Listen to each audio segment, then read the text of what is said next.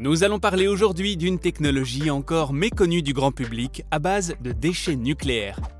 La fission nucléaire est une source d'énergie dense, puissante, stable et sans carbone, qui fournit environ 10% de notre électricité. Mais la production d'énergie nucléaire a un gros problème. Elle génère des tonnes de déchets radioactifs qui mettent des centaines de milliers d'années à se décomposer et coûtent des milliards de dollars aux contribuables pour la gestion et l'élimination. Mais si nous pouvions transformer ces déchets radioactifs en batteries pour alimenter nos téléphones, ordinateurs portables et même les voitures électriques sans avoir besoin de les recharger? Les batteries nucléaires existent depuis 1913, mais elles ont récemment attiré beaucoup l'attention. Outre le fait qu'elles seraient potentiellement des batteries éternelles, il y a une autre raison pour laquelle cette technologie a fait les gros titres récemment, en proposant de résoudre le problème des déchets nucléaires. Il faut savoir que la production d'énergie nucléaire seule génère suffisamment d'électricité pour alimenter environ 800 millions de foyers. Mais elle rejette des déchets qui ont un coût conséquent pour les autorités, en plus de la pollution générée. Une solution possible serait de réutiliser ces déchets. Avant de se pencher sur ce sujet, il faut comprendre ce qu'est une batterie nucléaire. En résumé, il s'agit d'une batterie capable de convertir l'énergie produite par des réactions de décroissance spontanée nucléaire. En utilisant des réactions nucléaires plutôt que des processus chimiques, les batteries nucléaires ont des densités d'énergie des ordres de grandeur supérieurs aux batteries chimiques et aux autres systèmes de stockage d'énergie. Par exemple, la densité d'énergie la plus élevée de tout carburant chimique est celle de l'hydrogène, qui est de 140,1,8 MJ par kilogramme ou environ 40 000 Wh par kilogramme. Mais l'énergie atomique est à un autre niveau. Un échantillon pur d'un combustible nucléaire, comme le plutonium-238, a une densité d'énergie spécifique de 630 millions de Wh par kilogramme. C'est presque 16 000 fois supérieur à la densité d'énergie de l'hydrogène. La question est de savoir si nous pouvons extraire toute cette énergie. L'énergie des batteries nucléaires provient de la radioactivité, qui est causée par un processus appelé désintégration nucléaire. La désintégration nucléaire se produit lorsqu'un atome a un rapport neutron-proton sous-optimal dans son noyau, ce qui le rend instable.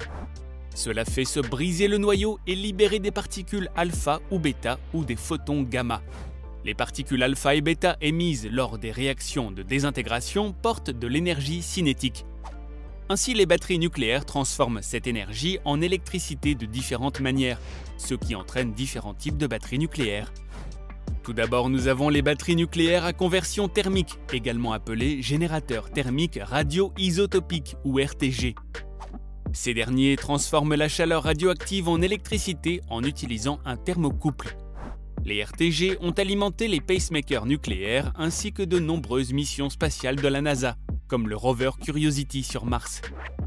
Ensuite, nous avons les générateurs photovoltaïques radio-isotopiques, qui transforment la radiation ionisante en lumière et utilisent ensuite une cellule photovoltaïque standard pour transformer cette lumière en électricité. Enfin, nous avons la pile nucléaire bêta-voltaïque. C'est là que la pile à déchets nucléaires en diamant entre en jeu. Une pile bêta-voltaïque fonctionne de manière similaire aux cellules photovoltaïques. Seulement, au lieu de la lumière, elle absorbe les particules bêta issues de la désintégration. Inventé en 1953, ce générateur bêta-voltaïque n'était, jusqu'aux années 2000, pas connu du grand public. Mais en 2005, une entreprise appelée CityLabs fabrique des cellules bêta-voltaïques de tritium à base de silicium pour des applications microélectroniques.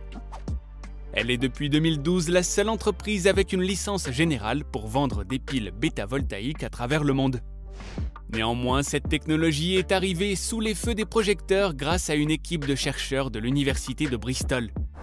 Ils ont inventé une toute nouvelle façon de construire des batteries bêta-voltaïques en utilisant du carbure de silicium avec des diamants synthétiques brillants. Et ce via un processus appelé dépôt de vapeur chimique. Ils ont forcé le carbone à cristalliser à partir de gaz naturel. Les diamants sont en taille nano avec une largeur d'un couple de milliards de mètres.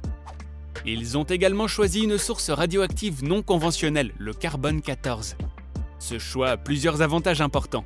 Tout d'abord, les diamants sont faits de carbone, donc en utilisant le carbone 14, ils peuvent intégrer la source radioactive dans la structure même des semi-conducteurs, ce qui facilite l'utilisation de la puissance qui vient de cette source. En second lieu, le carbone 14 est un sous-produit de la plupart des réacteurs nucléaires, bien que ce ne soit pas un type particulièrement dangereux de déchets radioactifs. Les blocs de carbone radioactifs représentent la majeure partie des déchets radioactifs. Utiliser ces déchets de carbone 14 nous aiderait à gérer les déchets nucléaires qui autrement finiraient enterrés pour les prochains milliers d'années. Les inventeurs de cette technologie, Tom Scott et Neil Fox, qui ont fondé la société Arken Light, pourraient ainsi réussir à alimenter les batteries de nos smartphones pendant des décennies, sans avoir besoin de les recharger. Cependant, ils ne sont pas arrivés à de telles performances à ce jour. Une société concurrente appelée NDB fait encore plus de bruit depuis sa fondation en 2018, mais elle utilise un type différent de rayonnement. Bien qu'ils utilisent également des diamants en tant que semi-conducteurs, ils fabriquent des batteries voltaïques de décroissance, ce qui signifie qu'ils peuvent adapter leurs semi-conducteurs diamantiques à des types différents de radiation et de sources radioactives, y compris les émetteurs alpha et bêta.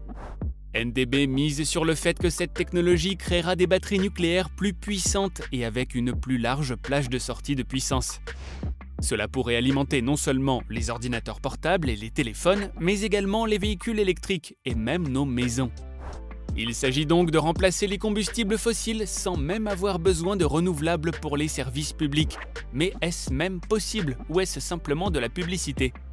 Jusqu'à présent, toutes les batteries nucléaires actuellement disponibles offrent une densité d'énergie incroyable et une durée de vie pouvant atteindre des décennies. Mais elles ont un défaut majeur, une densité de puissance extrêmement faible. Cette dernière est nécessaire pour les véhicules électriques, mais également pour le réseau et la plupart des autres applications utiles. Donc la question est la suivante, y a-t-il un moyen d'augmenter la puissance de ces technologies? Oui, mais il y a une limite de densité de puissance selon les sources radioactives. Par exemple, le plutonium-238, qui est un émetteur alpha avec une demi-vie de 87,7 ans, a une puissance spécifique de 510 watts par kilogramme si l'échantillon est pur. En comparaison, la densité de puissance spécifique la plus élevée pour les batteries au lithium-ion est d'environ 1000 watts, ce qui est déjà 2 fois plus élevé. Mais en réalité, il n'est pas possible d'obtenir cette densité de puissance à partir de plutonium-238 pour plusieurs raisons. La première est la réelle puissance applicable. En effet, on ne peut pas utiliser physiquement plus de 44,2% de la puissance totale, et il y a de nombreuses pertes inévitables, réduisant davantage l'efficacité réelle. Le deuxième facteur limitant majeur est la possibilité des matières premières. Il n'y a donc pas assez de matières premières pour couvrir la demande sur le marché de stockage d'énergie pour véhicules électriques en termes de puissance. Et de toute façon, la masse des batteries serait beaucoup trop importante pour la plupart des applications. Mais au vu de ces arguments, est-ce la fin de la batterie nucléaire? Probablement pas. Il s'avère qu'il existe de nombreuses applications pour les batteries nucléaires à faible puissance. Actuellement, un contrat entre City Labs et le National Institutes of Health a pour objectif de réaliser un stimulateur cardiaque qui peut être inséré dans l'artère fémorale. Ainsi, un bêta pourrait réduire considérablement la taille comparativement au modèle en lithium, tout en doublant la durée de vie pour atteindre 20 ans. Les cellules de cette bêta mesurent environ 0,6 mm ou 600 microns d'épaisseur. À titre de comparaison, l'épaisseur d'un cheveu humain est d'environ 100 microns. Comme c'est beaucoup plus fin, il est possible de les empiler pour augmenter la puissance et potentiellement les mettre sur une petite puce. Nous pouvons donc envisager un monde de possibilités allant des stimulateurs cardiaques nucléaires, des petits satellites en essaim, aux puces informatiques et capteurs. Imaginez les millions d'opportunités et de possibilités si vous pouviez avoir des batteries à vie intégrées dans de petits microprocesseurs par exemple. Il y a encore énormément de potentiel inexploité, ces batteries et ces capteurs qui les alimentent pourraient aller très loin. Mais qu'en pensez-vous ? Si vous avez apprécié notre sujet du jour, n'hésitez pas à liker cette vidéo. Pour profiter d'autres vidéos du même genre, abonnez-vous à la chaîne. Et surtout, laissez-nous des suggestions pour nos prochains sujets. Activez la cloche de notification pour être parmi les premiers à voir notre prochaine vidéo. Et nous, on vous dit à très bientôt sur ATech.